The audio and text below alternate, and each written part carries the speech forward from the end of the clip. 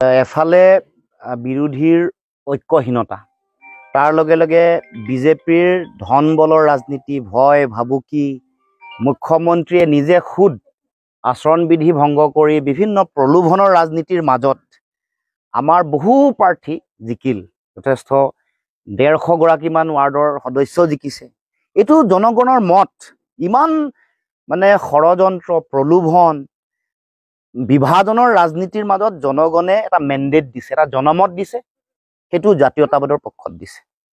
বহু ব্যক্তি জিকিছে, কোনোবা পৰাজয় হৈছিল, ডাঙৰ কথা নহয়, কিন্তু এটা সততাৰ স্বাৰ্থত, ন্যায় প্ৰতিষ্ঠাৰ স্বাৰ্থত, দেশৰ সংবিধান আৰু গণতন্ত্ৰৰ সুৰক্ষিত ভৱিষ্যতৰ স্বাৰ্থত আৰু এটা গুণগত ৰাজনীতি গঢ়ি তুলিবৰ কাৰণে সমাজত যুঁজিছে।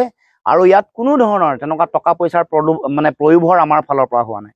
সততাৰে যুঁজিছে, নিজৰ শক্তিৰে যুঁজিছে, মানুহৰ মাজলৈ গৈছে, তাৰ মাজত যথেষ্ট জনগণে মৰম দিছে। সেইটোৱে আমাৰ ভাবোঁ যে শক্তি। আমিও হাৰিছোঁ নিৰ্বাচনত, কিন্তু তাৰ পাছত মানুহৰ উৎসাহটো কমা নাই। এইটো জাতিটোৰ প্ৰতি, দেশখনৰ প্ৰতি, জাতীয়তাবাদী চেতনাৰ প্ৰতি সকলোৰে আকৰ্ষণ আৰু দায়বদ্ধতা। বুজি পাইছে যে সংকট সন্মুখত আছে, যে এতিয়া যদি আমাৰ নিজৰ জাতিটোৰ সুৰক্ষিত ভৱিষ্যতৰ কথা নাভাবোঁ, আমি যদি মাটি ভেটি কৃষ্টি সংস্কৃতিৰ কথা নাভাবোঁ, আমি যদি ৰাজনৈতিক অধিকাৰ আমাৰ হাতত সুৰক্ষিত ৰখাৰ কথা নাভাবোঁ, তেতিয়াহ'লে অদূৰ ভৱিষ্যতে আমাৰ উঠি অহা নতুন প্ৰজন্মৰ যিসকল ছাত্ৰ ছাত্ৰী, যুৱক যুৱতী আছে, নতুন প্ৰজন্মৰ যিসকল প্ৰতিনিধি আছে, তেওঁলোকৰ জীৱনলৈ সংকট, ভয়াৱহতা, অমানিশা নামি আহিব।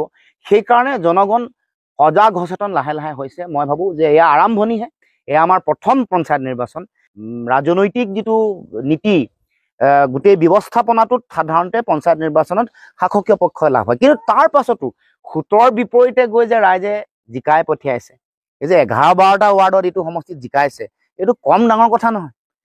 জিলা পৰিষদৰ প্ৰাৰ্থীগৰাকীক যে এটা যুঁজৰ পৰ্যায়লৈ আগবঢ়াই লৈ গৈছে। আঞ্চলিক পঞ্চায়তৰ সদস্য কিছুমান এনেকুৱা আছে 200টা ভোটত হাৰিছে। ফুটুহাত 220টা ভোটত হৰাটো কম কথা নহয়।